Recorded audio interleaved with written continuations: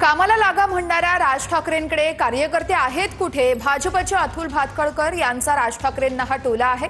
तर पैसे देऊन माणसं आणली नाहीत, पक्षाची माणसं आहेत असं बाळा नांदगावकर म्हणतात.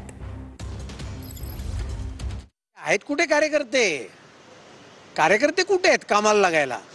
आमच्या भारतीय जनता पार्टीचे प्रत्येक बूथवर BLO नेमलेले आहेत.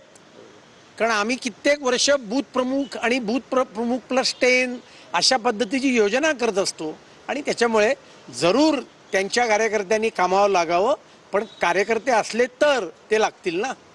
मला तुम्हाला एवढंच सांगायचं आहे की आपण लढाईला सज्ज झालेलो आहोत.